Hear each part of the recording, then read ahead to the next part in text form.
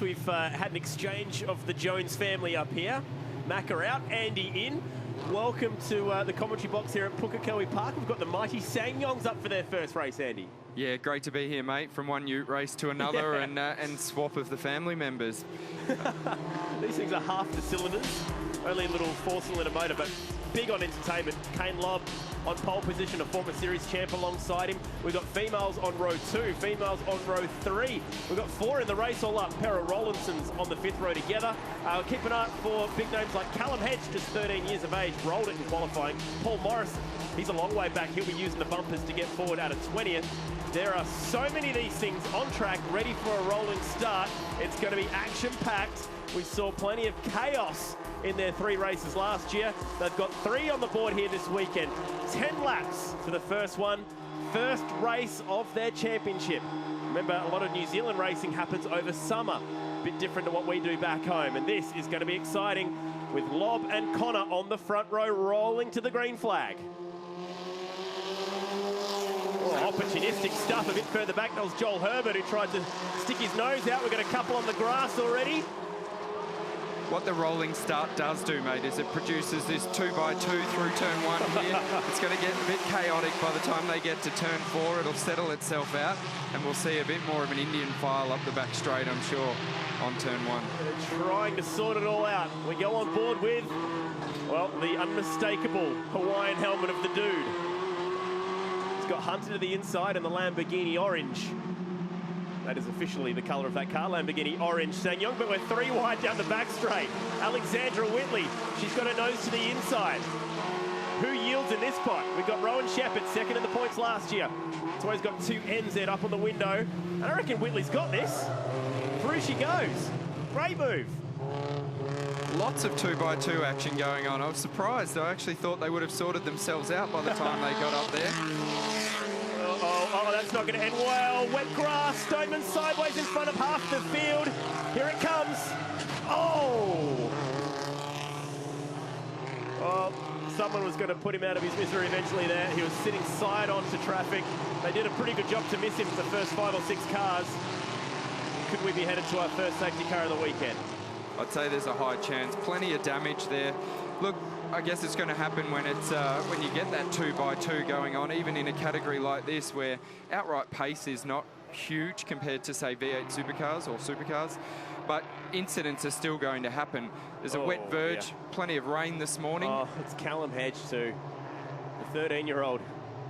What a weekend he's having.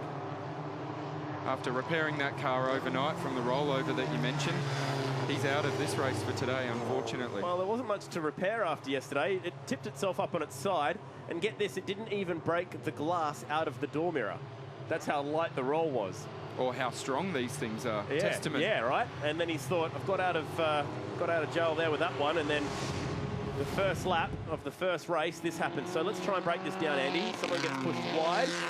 Yeah, it hasn't taken too much. A little bit of oversteer out onto the wet grass, and then Stoneman's trying to chase it. He hasn't chased it well enough.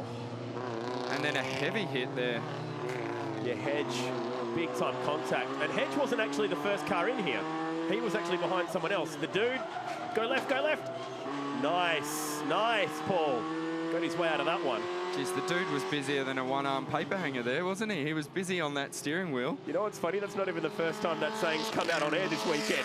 Nurse went for that one yesterday. He's going to send you the bill. Here we go. Oh, that is a nasty hit. Nasty stuff. It was Ryan Bailey, the first car on the scene, and Hedge was behind him, totally sight unseen.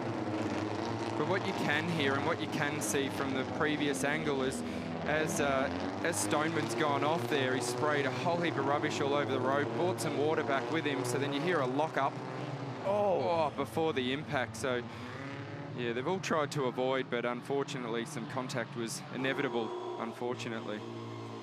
There's a bit going on here with Paul. I think Paul thinks he's got that position. Waving his hands, look at him. He won't give it up easy either. Classic dude. And he said, I think he's just said, mate, you're supposed to be 1 spot behind me there. He's fighting over 17th in a Ssangyong race. If that doesn't just sum up Paul Morris. He will fight for every inch on any racetrack. Sprint car, Ssangyong supercar, Aussie racing car, stadium super truck. It doesn't matter. All right, let's go back to yesterday. This is what happened to Callum Hedge.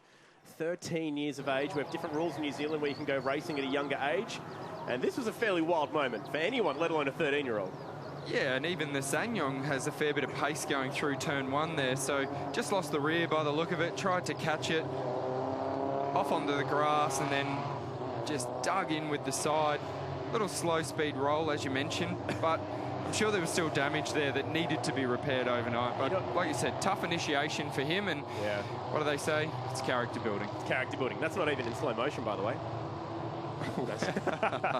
Okay, it's a lie, it was. Maybe. But it was a slow roll.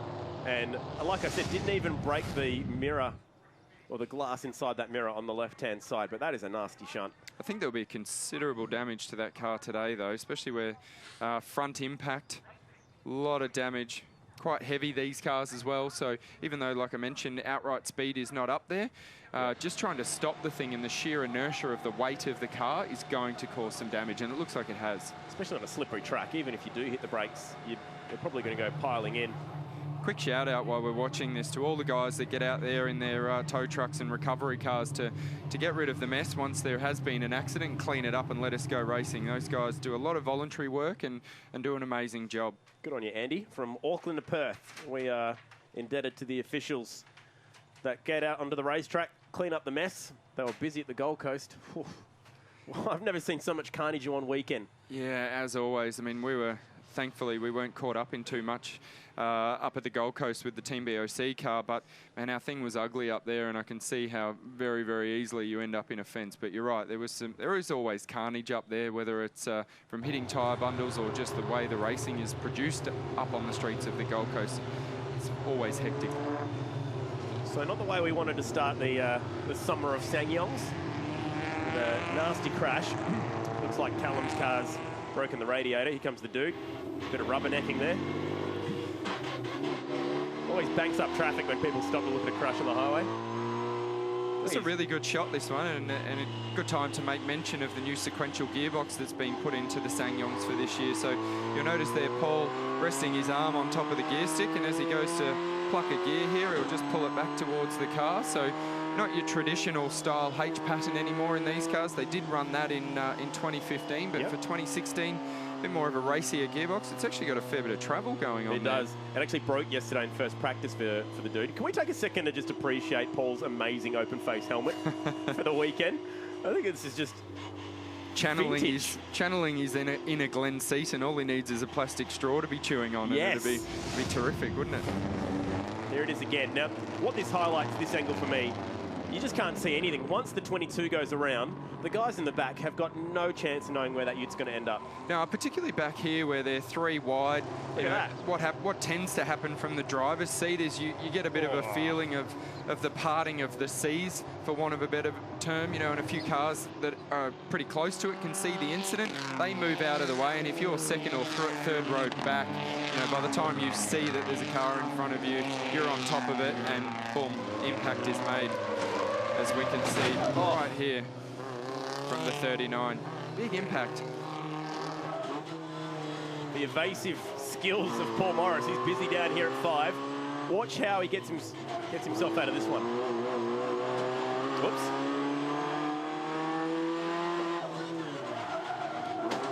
Oh. A little help in the rear there as well while he's trying to avoid.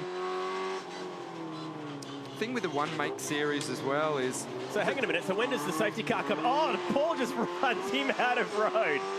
Gets the job done. The question will be, when did the safety car come out? Now it's out, now we can see boards. So that's why Paul reckons he got the spot. Paul thinks he got the spot, but looking at that, I'm not sure whether racing room was given, but I'm not sure whether you're ever going to expect that from Paul. Look, he's a great ambassador for the sport, but he races hard, and everybody knows that. So hopefully some of these guys have done their research and they know when they're racing against him. He will not give an inch. These poor Kiwis are going to get out of their car at the end of the weekend and go, who the hell was that guy? With the open face helmet. He's a maniac. That is awesome. He does give us some good race moments, though. Doesn't he? We've had the dude up here in the commentary box helping out with the BNT NZ touring cars as well. He just loves his racing. He'll be busy all summer in his sprint car. Loves to go dirt track racing on the high banks of the Speedway. What a great start it was for Alexandra Whitley, originally from Toowoomba. That's why she's got the Aussie flag in the car, but now lives on this side of the Tasman. And doing a great job. Always like seeing some female racers up there having a red hot go. Running second at the moment, and you know, it doesn't matter what category you're racing in, particularly if you're in one like this, it's super competitive, and if you're at the top of the field, then you're doing a ripper job, and great to see from Alex. A few cars with 1 or 2 war wounds out there, including Mark Mallard in the 11. We just saw him limping by. That's probably who went up the back of Paul Morris's car, judging where the damage was on his, but there it is. Bit of a broken nose on the 11. Quick trip down to your local Ssangyong dealer and fix that up. Yeah, there's one on the way in here, so not too far, a couple of 100 metres down the road, and they'll be able to get some parts for them. A couple of wounded cars out there. Right on cue. Just the Pukekohe address up there for them. You mentioned about the damage on a couple of these cars, which, yep, you're going to get when you go racing, but the rest of them are actually beautifully turned out. First round of the year, so they've had some time to prep them, update them, but they are very, very well presented. So hats off to all the crews and teams out there that are running a lot of these cars.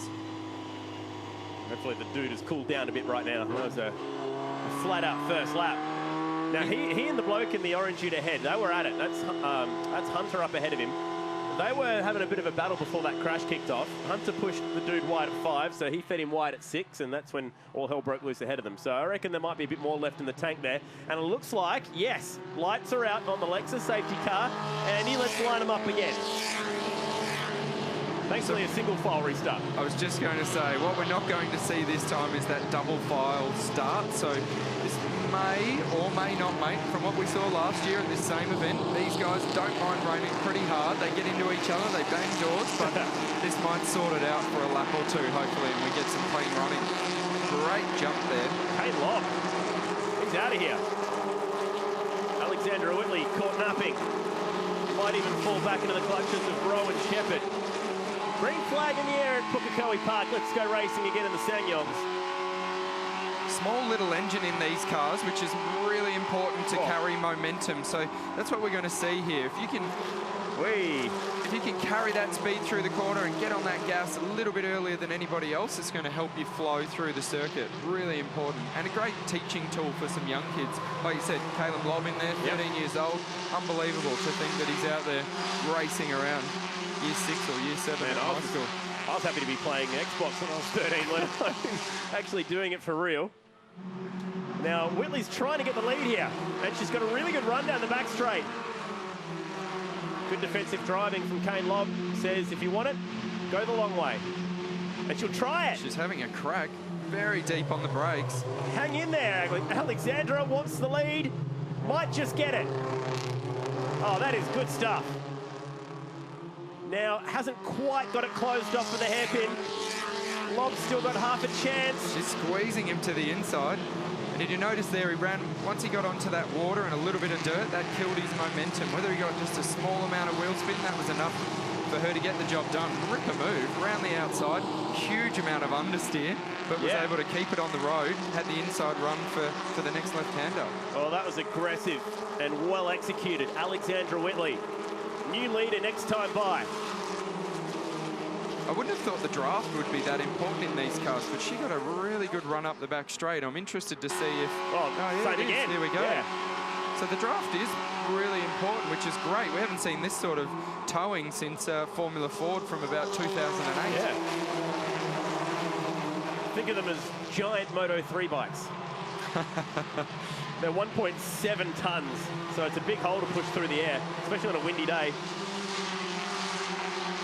Well, she'll get that draft or slipstream, toe, whatever you want to call it. She'll get it back here on the back straight, but she's actually got a bit of defensive work to do here because it's Rowan Shepherd who's tucked in for the fight now. Kate Lobb's got a bit of a gap there. It looks like he managed to pull that through turn 2, turn 3. Here comes Shepherd. Big move. Whitley's got a bit of experience up on the high line here, so she won't be too afraid.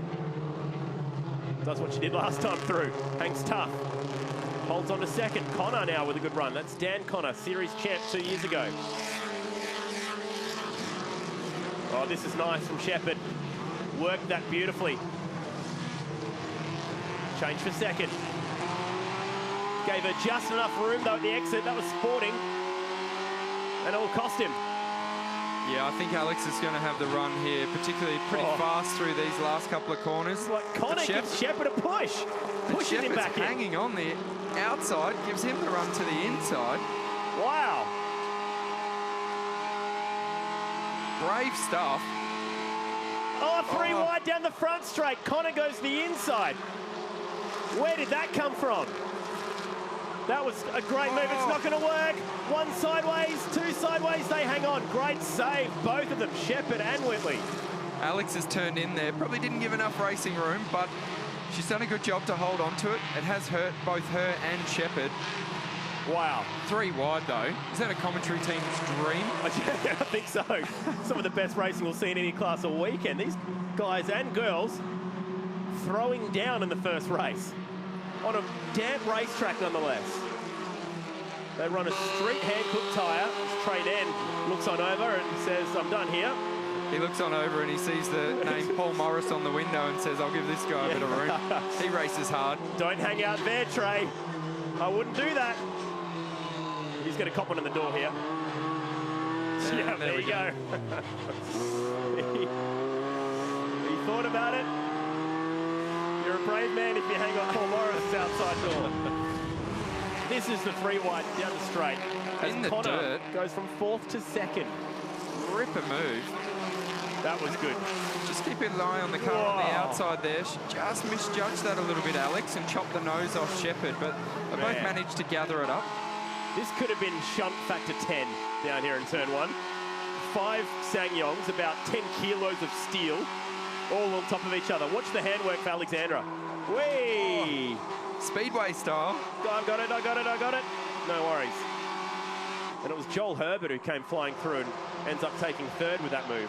Oh, that was a great shot from the in-car watching that. Alex really did a great job of holding on to that car, but they look user-friendly to race, and that's what you want in a category like this. What you don't want is getting in a situation like that and the back swapping around on you really quickly.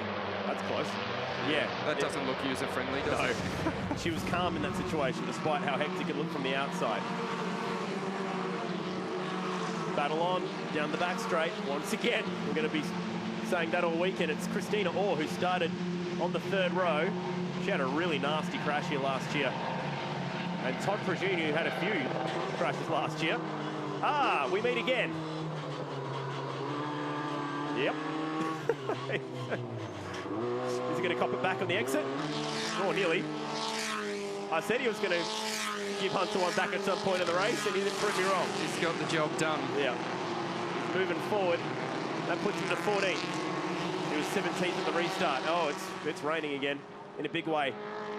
It's absolutely bucketing down. So you see the wipers come on here. These guys will know. They'll know that it's absolutely bucketing down. Like you said, street radial tyre on these cars, so that will help in this situation to be able to disperse a bit of that water. They will slow down a little bit, but with one lap to go, I think it'll be try and take it easy straight from here, particularly for these guys at the front, just to maintain their positions. This is probably not what Kane Lobb wanted, because this is really put him in the clutches of a former champ. Connor's with him, needs a good exit here. Oh, yes. You'll see this toe come into play, even with a little bit of rain coming down. And we've done a little bit of research into why the draft is as good as it is in these cars. And because of the height that they are off the ground, they're pushing a big hole through the air. And that's why and low engine, small engine, so they're getting big gains for it. It's the last lap. This could be Connor's only chance. He tries the Whitley High Line. Oh, he makes it work. This is the new place to pass around here. Get down there and tell Jason and the boys, High Line at turn 5 is where you get it done. What a move. Like Lobb's coming back at him though. He's got better drive out of the second last corner, and he'll try for the high side through here. This has been a very entertaining race. And under pouring rain, Lobb will have one more chance. We know that the toe is prevalent. Is he close enough to range on up to the back tailgate? Has he got the bravery to hold it flat through 9, 10, 11? I think Lob will be really disappointed with that, but he was the pioneer there. Yeah. Tricky conditions when it's raining, and unfortunately lost the spot towards the end. Well, Connor is going to get the job done in the first race of the weekend with a daring last lap move, and 3 wide for the Miners. Give it to Whitley. She got back to 3rd on the last lap. And that was 3 drivers covered by less than 1/10 of a second. Whitley gets 3rd from Joel Herbert by 6 thousandths. Another 28 thousandths back was Shepherd. And the first race of the year was an absolute cracker. The dude, you were entertaining, living up to the reputation. That was awesome to watch. Great job by Daniel. He's got a cheeky smile on his face. He'll be looking out the side mirror to see if anyone's coming to wave their hands at him. Thumbs up from the dude. He's had a ball. Look at him. Loves going car racing. Absolutely loves it. He's going to chuckle his way back to the garage on that one. We are going to check out some results of a cracking first race. Have a look how close it was between 3rd, 4th and 5th. Look at that margin. 2.2 across the lot. Oh, man, that was an absolute awesome race. And a couple of ladies inside the 10, but Alexandra Whitley, she could have won that. Man, she was having a crack. Unbelievable racing the whole way through. The dude, he got his way out of 20th up to 13th. Couldn't quite get inside the top 10 for that reverse top 10 start coming up later today in between the 2 supercars races. Wasn't through a lack of trying.